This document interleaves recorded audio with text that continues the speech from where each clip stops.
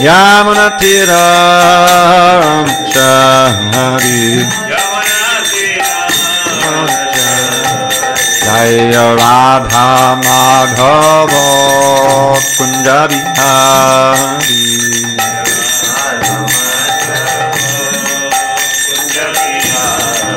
Jaya Radha Madhava Kunja Bihari Madhava Jaya Radha Madhava Kunja Bihari Madhava Kunja Bihari.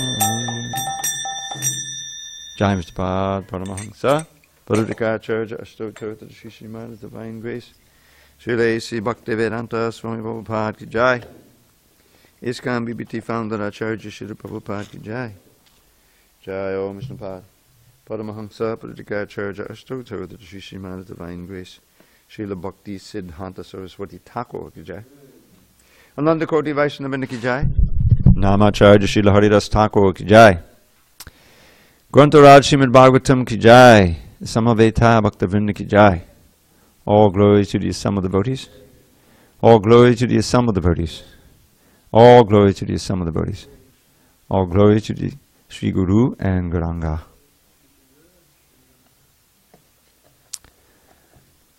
Om Namo Bhagavate Vasudevaya. Om Namo Bhagavate Vasudevaya.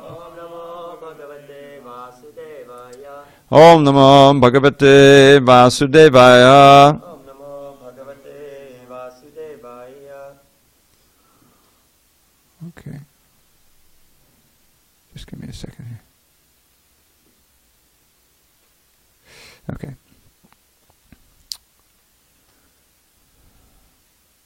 Okay.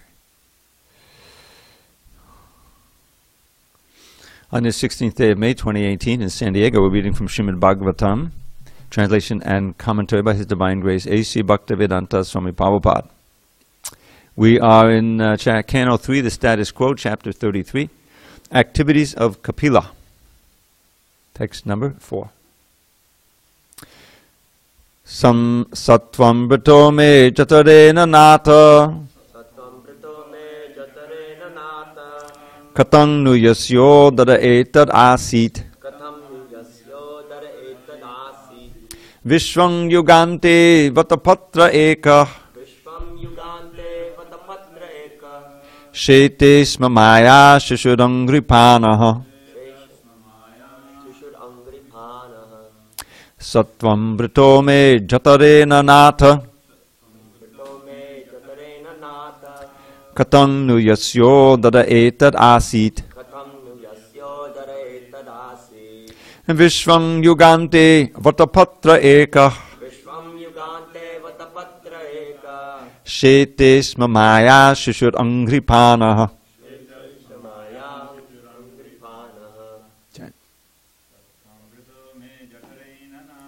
Sattvam brito me jatarena natha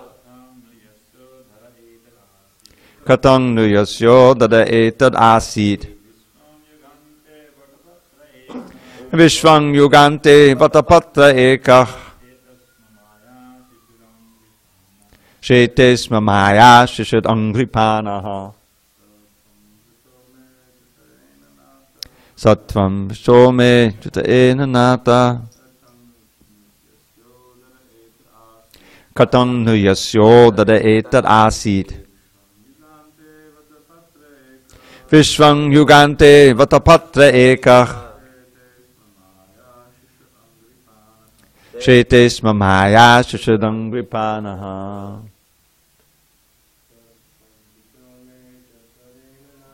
Sattvam brito me jatarena nata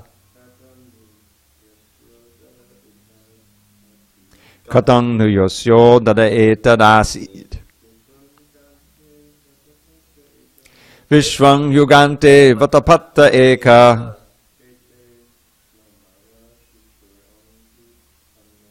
Shete smamaya shishad angripanaha Damodara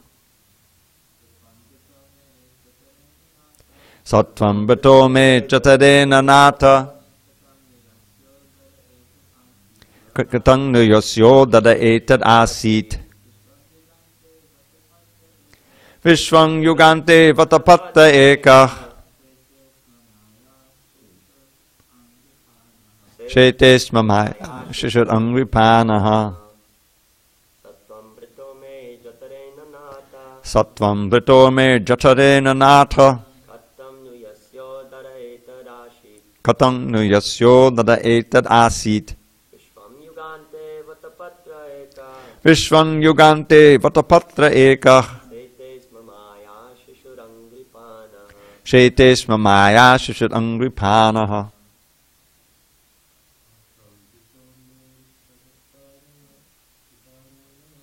Sattvam Brito me Jatarena Nata Katang nu Yasyo Dada Etad Asit Vishwang Yugante Vatapatta Eka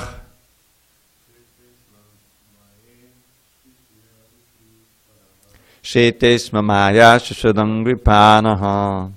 Saha, that very person. Tvam, you. Britaha, took birth. Me Jatarena, by my abdomen. Nata, O my Lord. Katam, how. Nu, then.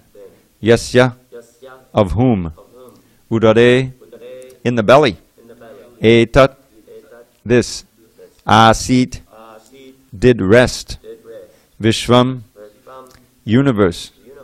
Yuga ante, at the end of the millennium. Vatapatre, on the leaf of a banyan tree. Ekaha, alone. Shete sma, you lay down.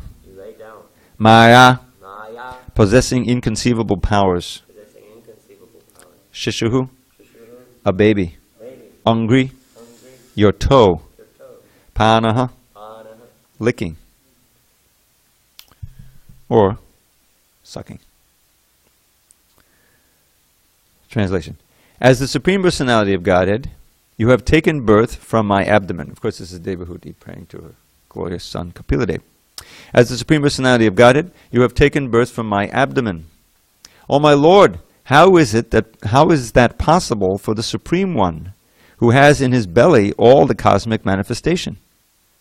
The answer is that it is possible, for at the end of the millennium, you lie down on a leaf of a banyan tree, and just like a small baby, you lick the toe of your lotus feet. Purport.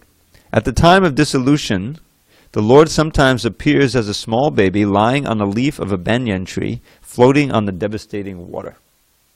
Therefore, Devahuti suggests, your lying down within the abdomen of a common woman like me is not so astonishing. You can lie down on the leaf of a banyan tree and float on the water of devastation as a small baby. It is not very wonderful, therefore, that you can lie down in the abdomen of my body.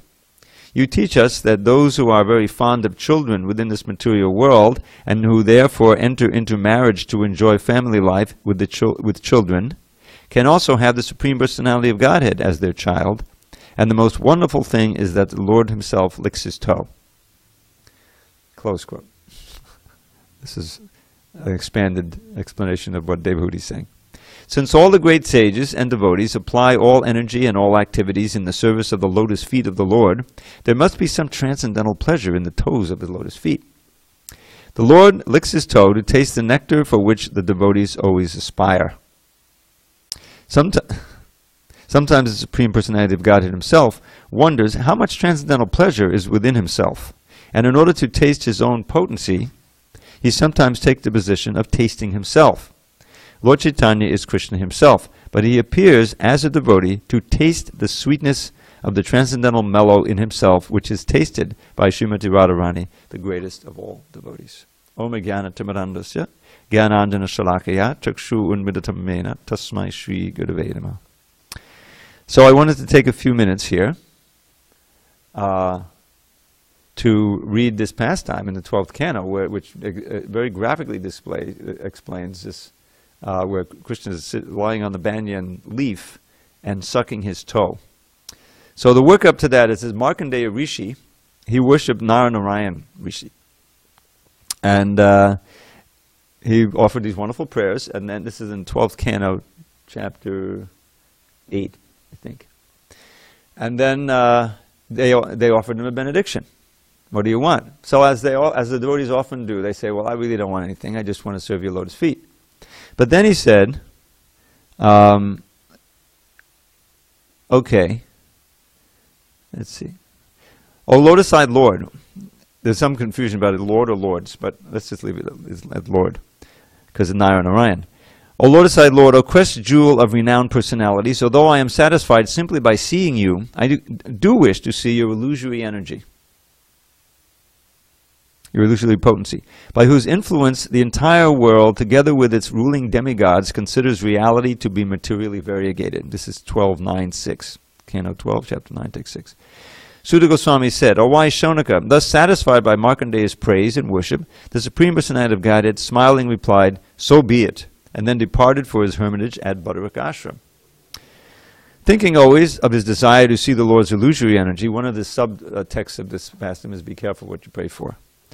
The sage remained in his ashram, meditating constantly upon the Lord within fire, the sun, the moon, water, the earth, air, lightning, and his own heart, and worshipping him with paraphernalia conceived in his mind. But sometimes, overwhelmed by waves of love for the Lord, Markandeya would forget to perform his regular worship. One day, while Markandeya was performing his evening worship on the bank of the Pushpa-Bhadra river, a great wind suddenly arose. That wind created a terrible sound and brought in its wake fearsome clouds that were accompanied by lightning and roaring thunder, and that poured down on all sides torrents of rain as heavy as wagon wheels. Then the four great oceans appeared on all sides, swallowing up the surface of the earth with their wind-tossed waves. In these oceans were terrible sea monsters, fearful whirlpools, and ominous rumblings. The sage saw all the inhabitants of the universe, including himself, tormented within and without by the harsh winds, the bolts of lightning, and the great waves rising beyond the sky. As the whole earth flooded, he grew perplexed and fearful. Even as Markandeya looked on, the rain pouring down from the clouds filled the ocean more and more until the great sea, its waters violently whipped into terrifying waves by hurricanes, covered up all the earth's islands, mountains, and continents. The water inundated the earth, outer space, heaven, the celestial region. Indeed, the entire expanse of the universe was flooded in all directions, and out of all its inhabitants, only Markandeya remained.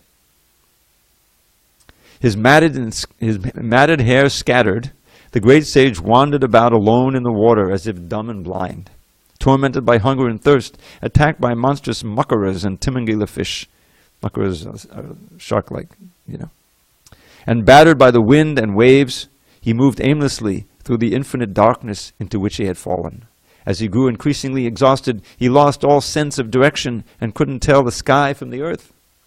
At times he was engulfed by the great whirlpools. Sometimes he was beaten by the mighty waves. Other times the aquatic monsters threatened to devour him as they attacked one another. Sometimes he felt lamentation, bewilderment, misery, happiness, or fear. And at other times he experienced such terrible illness and pain that he felt himself dying. Countless millions of years passed as Markandeya wandered about in that deluge, his mind bewildered by the illusory energy of Lord Vishnu.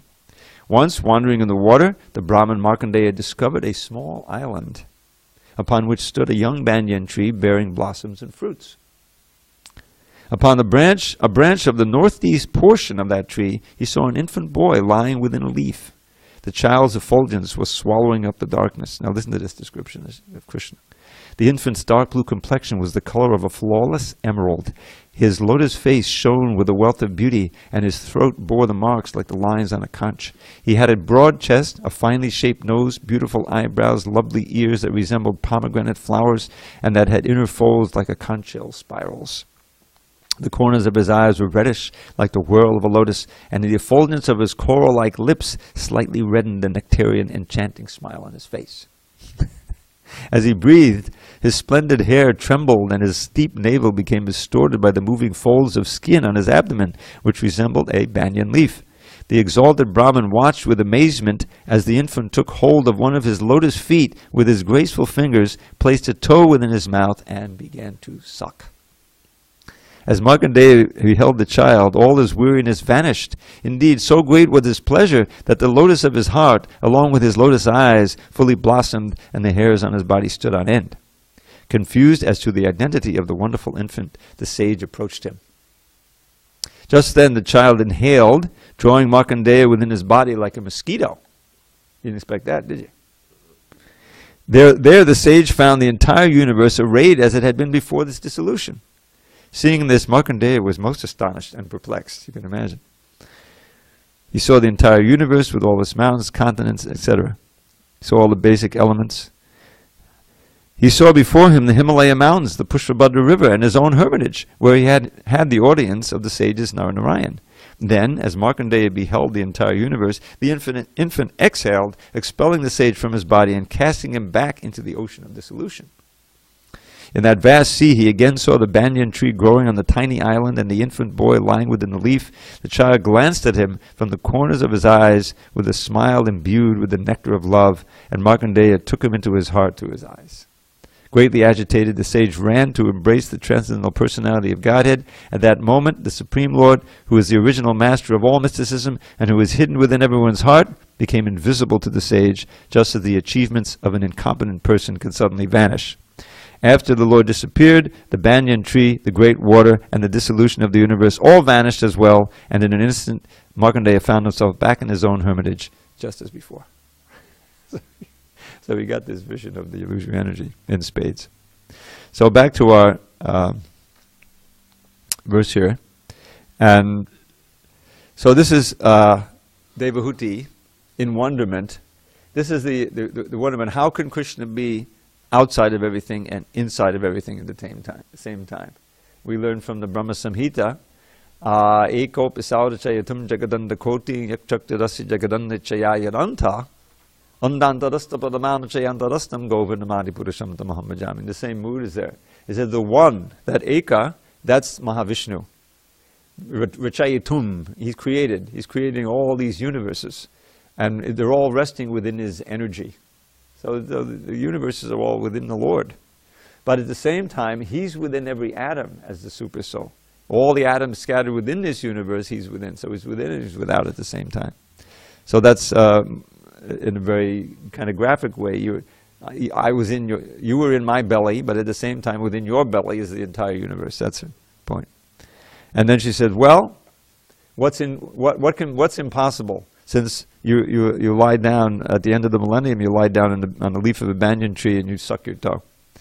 Now Prabhupada makes this point here, which we'll speak about now, about how when you read the Chaitanya Charitamrita in the Adi Leela, so much is explained in the Adi Leela, kind of setting up the whole book and the subject matter of the book, and it's described there, right at the beginning of the first chapter. There's various Mangalacharan verses. Mangalacharan verses are written at the beginning of any substantial work. And there's, I forget, 5 or 6 verses about Lord Chaitanya, and then 5 verses about Nityananda, and then Advaita, and then and Panchatattva. So, in the verses about Lord Chaitanya, he describes the internal, again with the internal and external reasons for the Lord's appearance. The external reason for the Lord's appearance was to spread the Sankirtan movement and follow his function. The Lord's following his function as he describes it in the Bhagavad Gita. Yadayadahi dharmasya glana bhavati bharata abhyutanamardam asitadamanam sajamyaham. Whenever there's a discrepancy in religion arises and an upsurge of irreligion, then I appear in order to protect the devotees. In the next verse he describes re-establish religion and annihilate the miscreants. So you'll find that when the Lord does this, he's always prayed to by some of his great devotees. Krishna comes, remember, when Mother Bhumi was so troubled by all of the demons on the earth, and she goes to Brahma, and Brahma, along with all the demigods, go to the shore of the ocean of milk, and Brahma meditates and prays, and he gets a message transmission and says, don't worry, I'm coming, and everything will be all right. And now the demigods should start taking their birth in the Yadu dynasty and so forth.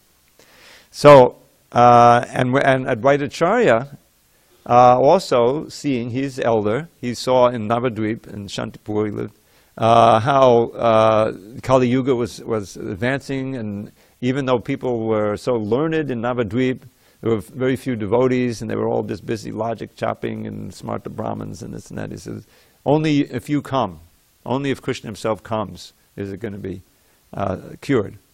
And so, famously, he started offering Ganges water to Ganges. I think he had a Shalagram Shila also, right? And calling out, one of his names is Hankar. I don't know if you remember, in Brooklyn there was a devotee named Hankar. Hankar. Yeah, which means, yeah, of course. Yes, famous. And it means shouting very loudly. That's what Hankar means. Right. And he, so Dravida, he's calling out the top of his lungs. In other words, he's shouting very, very loudly, like, it's piercing the universe. And for Krishna to come and to appear. He's praying very deeply. Remembering that, it says in the Shastra, if you offer tulsi leaves in water to the Ganges, that Krishna responds. So that's the proximate reason. In other words, so Krishna heard that, and that's described as one of the reasons he came. So this is the external reason. This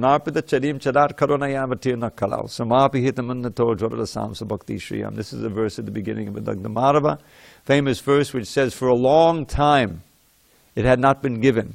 What had not been given? The highest mellows of devotional service, the mellows of conjugal love. So Lord Hari, this is a benediction verse. See, the Mangalacharan verses have different characters. Some are just obeisances, some are blessings, some are prayers, and this one is a blessing verse. So may the Supreme Lord who appeared as the son of Srimati Shachi Devi be forever situated in the innermost chambers of your heart. Resplendent with the hue of molten gold, he has appeared in this age of Kali after a long time. This Hari has appeared in this form.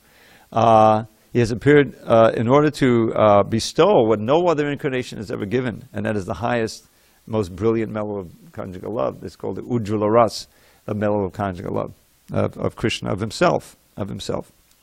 So that's the external reason. Now it's no less spiritual or transcendental than the internal reason. But Lord, and to that end, of course, Lord Chaitanya began the Sankirtan movement. He went to South India for 6 years. He preached. He spoke to Sanatana Goswami, Rupa Goswami, taught, did all of these things, and out of his oceanic compassion for us, he expressed it for this age, especially giving the means of purification, attaining love of God, Namo Mahavadanyaya Krishna Prema Dayati. He's giving the greatest treasure, prema, out freely by this process of Sankirtan. So then comes the internal reasons, and that's described in this one verse, and that's what Prabhu is speaking about here. Shri Radhaya Pranaya Mahimaki Dashovanayaiva. In this verse, I'm not sure if Krishna's cover is his original verse, he's actually quoting from Krishna. He's saying, Shri Radhaya Pranaya Mahima Ki Dashovanayaiva. In order to experience the glory of Srimati Radharani's love for me, Krishna says, for me. And in order to experience her happiness, her bliss, in order to experience myself, my wonderful qualities, through her love. Srimati Radharani appreciates Krishna more than anyone else because she loves him more than anyone else. She's the personification, Ladani Shakti, of pure love for Krishna. So Krishna couldn't experience this. He couldn't taste it from the point of view of Krishna. He quotes him later on in the third and fourth chapters, how this pastime that's recounted in the Lalita Madhava, how Krishna saw himself in a shiny pillar or something. He says, "Who is this wonderful person?" And he was attracted to his own beauty. But he was in a contradictory position. He couldn't appreciate it fully. So this is described a lot when Krishna is deciding to come as Lord Chaitanya. So not only his beauty, but all of his qualities, Srimati Radharani tastes uniquely, intensely because of her love. And then he also wants to to experience her own sukha, or bliss, that she's feeling in loving him and being loved by him. So for these three reasons, all the acharyas, they divide it into these three reasons. Krishna came as Chaitanya Mahaprabhu with the complexion and the mood of Srimati Radharani. So that's what Prabhupada is mentioning here. Now what's also amazing, when you read the Chaitanya Charitamrita, you feel that even the Vishnu expansions of Krishna, and we understand that Nityananda and Advaita are Vishnu Tattva. Nityananda is Balaram, and Advaita is known to be Mahavishnu. They're all Vishnu Tattva. So they're also, you see, when you read, they're also extremely eager to be understood and to act as servants of Lord Chaitanya, servants of Krishna. Advaita especially, he was in a contradictory position because he was older. He was a disciple of Madhavendra Puri. So he's on the level of Lord Chaitanya's guru, Ishvara Puri. So naturally Lord Chaitanya is offering all respect. He didn't like that. He wanted to be subordinate. So, you know, the pastime where he started preaching Mayavad in order to anger Lord Chaitanya, so Lord Chaitanya played along and went over there and beat him, started beating him, and he went into ecstasy. And now, finally, I'm in my proper position. So there's all of this, these wonderful pastimes. But for our own lesson, we should realize that the greatest position is to be a servant of Krishna. That's to identify oneself and act in that way, to purify one's consciousness so that at every moment you're feeling that way. And then you can actually experience the highest pleasure that exists. And pleasure that even Krishna wants to experience by taking the role of his own servant. So hearing about these things and this delightful pastime of Krishna sucking his own toe, I mean, I don't remember, you know, sucking my own toe. There's a lot of thumb sucking, I remember. But you know, why does he want it? Because his feet have this special flavor, you know. And it's throughout the Bhagavatam we hear about the glories of Krishna's lotus feet. The Queen Kunti's prayers, you know, there's a very nice one. How can we see those lotus feet? You know, Shunvanti, you know, Shunvanti Gayanti Gunanti Bhikshasa Smaranti Nandanti Tabehitam Jana Taheva Pashyant Echidena Tabakam Bhava Prabhu Padamam Padambujam. Padambujam means lotus feet. And she's saying that by hearing and chanting and singing, Shunvanti Gayanti Gunanti, accepting and receiving constantly, and remembering you. She's speaking directly to Krishna, Queen Kunti. Nandanti, taking pleasure in others you know, singing Krishna. In other words, being in devotee association and hearing and chanting, like a kirtan. Smaranti nandanti tava ihitam. Your activities, your pastimes. Those people who do that, taheva pashyant achidena tavakam. Quickly, they see your lotus feet. And there's this wonderful description, Bhava Pravaho Padamam.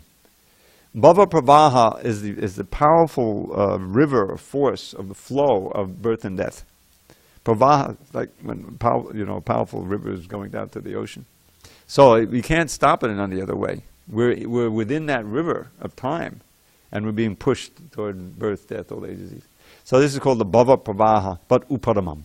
It stops that vision of your lotus feet. That experience of your lotus feet stops the force of birth and death. So that's one verse. So much the gopis pray when they meet Krishna on the battlefield of Kurukshetra after many years. You know, famous meeting. So Krishna's trying to encourage them by saying that we're never separated. You know, the same thing he told Uddhava to tell them. Right? When he sent Uddhava to Vrindavan, that we can never be separated. I'm always with you in your heart and everything. They didn't want to hear that. You know, they said, we're not yogis. You know, we want you to come back here and dance with us in the Rasadhan. So the gopis were not happy, so happy to hear that. They wanted to bring Krishna back to Vrindavan. That's the whole Ratha Yatra. But they kind of play along, and then they chant this verse. You know this one.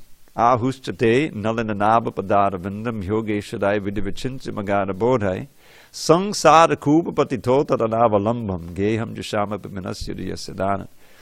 So they're saying, oh, Krishna, you who have the lotus navel, Nandanava Padada Vindam, your lotus feet are meditated upon by great yogis, and they are able to capture them and always think about them.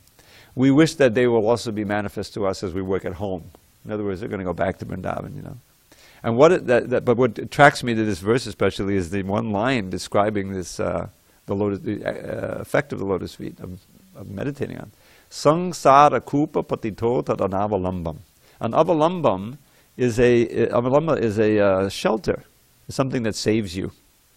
So here's sangsara kupa patita, for those who have fallen into the deep, dark well of samsara. That's all of us, birth and death and illusion. Sangsara patito uttarana avalambam. It is the shelter that lifts him up out of this well. In other words, by meditating on Krishna's lotus feet, by becoming absorbed in thoughts of Krishna. And lotus feet, you should know, it's not a metaphor, they really are lotus feet. But it implies service, the service attitude. You know, that's the whole idea. When you talk about the lotus feet of the guru or the spiritual master or anything, it means let me simply be your menial servant. That's the whole idea of lotus feet.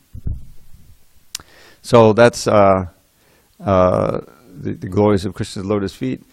Some other verses you won't find in the Bhagavatam, there's so many, but one that comes to mind, Nanda Nanda Padada Bindayo, and just a cue, the ND sound in Sanskrit is supposed to evoke bliss, like Ananda and Nanda Nandana. So listen for the NDs. Nanda Nanda Padada Bindayo Syandamana Makabanda Bindava Sindava Padamasau Kisambadam Nandayandu Vidiyam Mamanisham. So here the devotee in the Prajapali, I forget who wrote this verse, sometimes they're anonymous. Oh Nanda Nandana, Nanda Nandana Padada Bindayo. From the lotus of your feet is kind of trickling the makaranda, the drops of makaranda. Makaranda is the flower nectar, which the bees make into honey. It's often mentioned. So Nanda Nandana Padada Bindayo Syandamana Makadanda Binda, little drops of this makaranda. Nectar trickling from the lotus of your feet. They're called bindu. Bindu or bindava is plural. But he says actually it's not bindava, it's sindava. But these little drops are not actually drops, they're actually oceans. It's a play on words, sindava, of padama saukya sampadam, which are infused with the supreme happiness. In other words, if you can taste those drops of nectar by meditating on Krishna's lotus feet and serving the lotus feet, then you'll experience this oceans of happiness. Padamasaukya sambadam, with the highest happiness. Nandayandu vidiyam mamanisham. So he's praying, may these drops of nectar trickling from the lotus of your feet delight me at every moment. In other words, may I always be fixed on meditating on and serving your lotus feet. That's the prayer. But delightfully put, I think. Would you say? I think so. So, any further discussion on these points? Otherwise, I can share with you some more meditation on this. Bhagavatam is, it's like a treasure house. The Prabhupada has given us this, and he's so nicely described and turned our attention to this.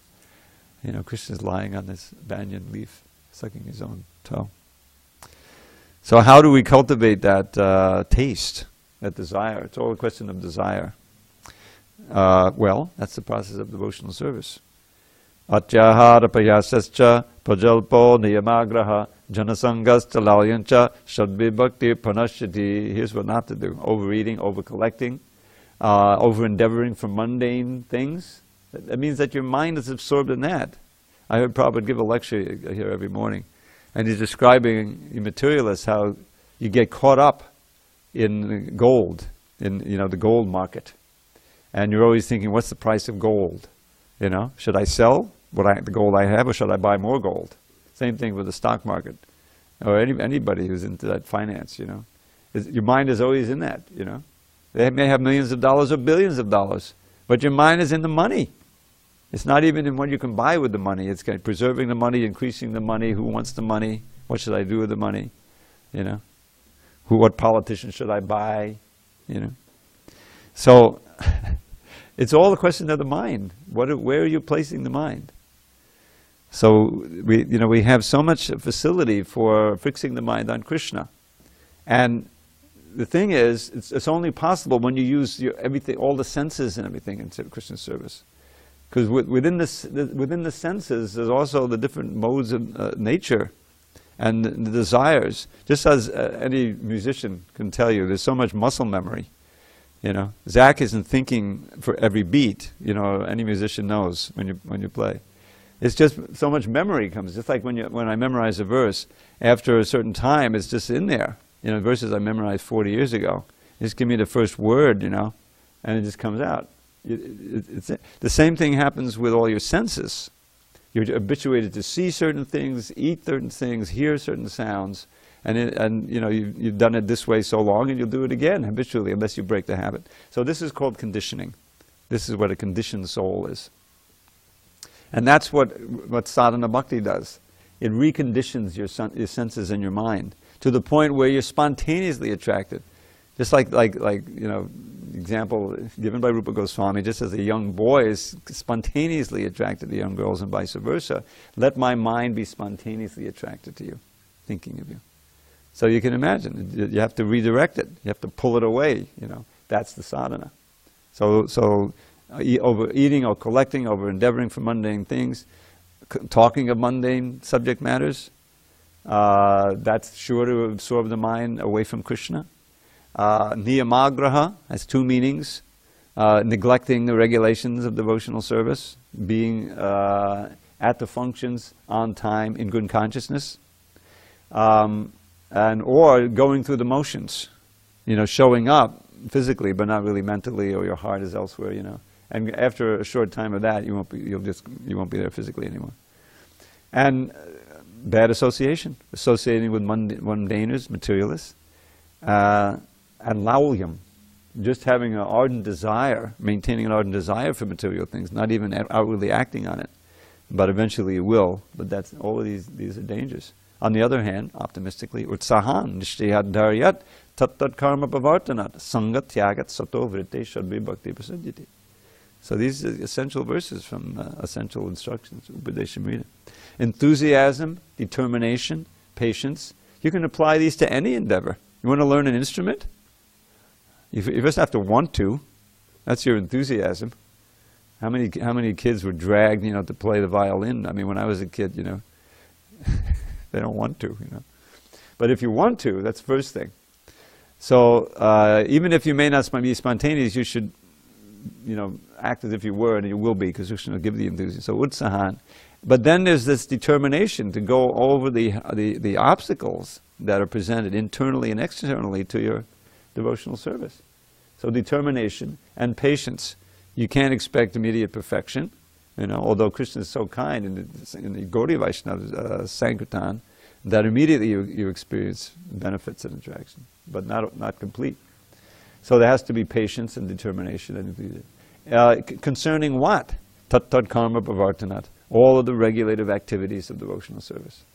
And then again he emphasizes, by mentioning it again, emphasize giving up bad association, sangat tyagat, and following the footsteps of the great acharyas. So we have all this facility to advance, but if we don't take advantage of it, then, you know, we're all going to, you know, I mean, according to the Shastra, as far as I can tell, unless we become total demons, which is unlikely, we'll be devotees in our next life. The question is, will we be devotees in the spiritual world, or will we be devotees here? Well, for myself, you know, I'm assuming I'm going to continue from 2%. I did 1% maybe this time. So, but still, you know, we should want to make as much advancement as possible, as quick as possible. Otherwise, it's just prolonging the agony. It's not necessary. Okay, any comments, questions on this verse or extended purport? Okay, all glories to Srila Prabhupada. Thank you.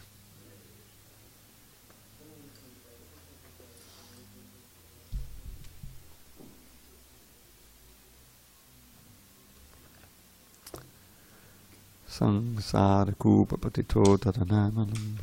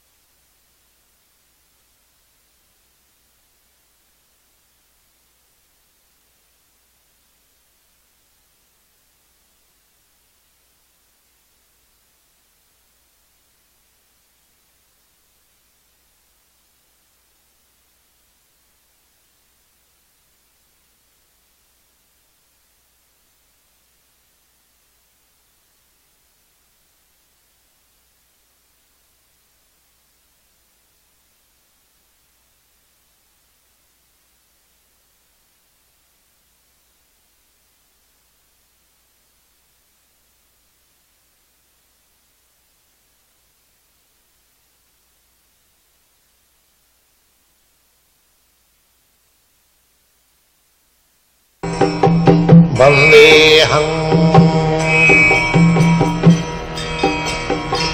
Shri Guru Shri Juta Padakamalam Shri Gurun Vaishnavansam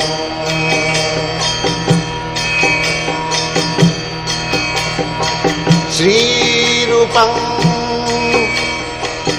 Chakrajatam Sahagana Raghunathantam Tvam Sajivam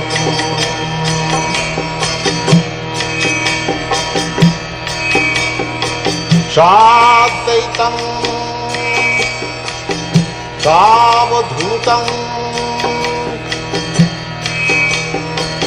Parijana Sahitam Krishna Chaitanya Devam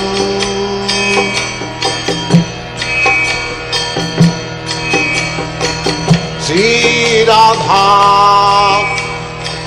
Krishna Padam Sagana Lalita Sri Vishakhanitanstam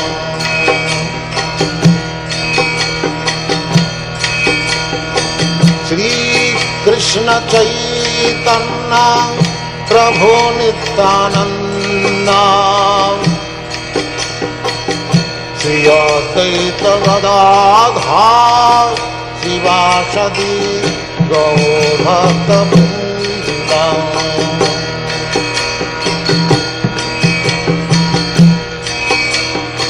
Sri Krishna Chaitanya Prabhu Nityananda Sri Advaita Gadadhar Sivasadi Gaur Bhakta Vrinda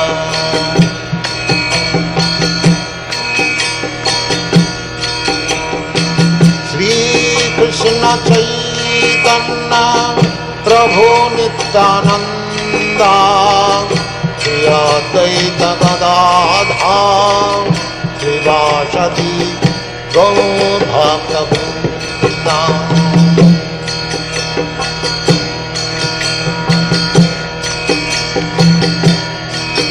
Hare Krishna, Krishna Krishna, Hare Hare, Hare Rama, Rama Rama, Hare Hare. Hare Krishna, Krishna Krishna, Hare Hare, Hare Rama, Rama Rama, Hare Hare. Hare Krishna, Krishna Krishna, Hare Hare, Hare Rama, Rama Rama, Hare Hare. Hare Krishna, Krishna Krishna, Hare Hare, Hare Rama, Rama Rama, Hare Hare. Hare Krishna, Krishna Krishna, Hare Hare, Hare Rama, Rama Rama, Hare Hare. Hare Krishna, Krishna Krishna, Hare Hare, Hare Rama, Rama Rama, Hare Hare. Hare Krishna, Krishna Krishna, Hare Hare, Hare Rama, Rama Rama, Hare Hare. Hare Krishna, Krishna Krishna, Hare Hare, Hare Rama, Rama Rama, Hare Hare. Hare Krishna, Krishna Krishna, Hare Hare, Hare Hare Rama, Hare Rama, Rama Rama, Hare Hare. Hare Krishna, Krishna Krishna, Hare Hare, Hare Rama, Rama Rama, Hare Hare. Hare Krishna,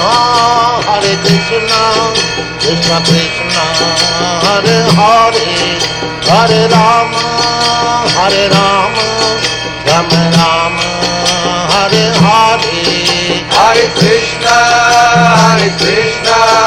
Krishna Krishna, Hare Hare, Hare Rama, Rama Rama, Hare Hare. Hare Krishna, Krishna Krishna, Hare Hare, Hare Rama, Rama Rama, Hare Hare. Hare Krishna, Krishna Krishna, Hare Hare, Hare Rama, Rama Rama, Hare Hare. Hare Krishna, Krishna Krishna, Hare Hare, Hare Rama, Rama Rama, Hare Hare. Hare Krishna, Krishna Krishna, Hare Hare, Hare Rama, Rama Rama, Hare Hare. Hare Krishna, Krishna Krishna, Hare Hare, Hare Rama, Rama Rama, Hare Hare. Hare Krishna, Krishna Krishna, Hare Hare, Hare Rama, Rama Rama, Hare Hare. Hare Krishna, Krishna Krishna, Hare Hare, Hare Rama, Rama Rama, Hare Hare. Hare Krishna, Krishna Krishna, Hare Hare, Hare Rama, Rama Rama, Hare Hare. Hare Krishna, Krishna Krishna, Hare Hare, Hare Rama, Rama Rama, Hare Hare. Hare Krishna, Krishna Krishna.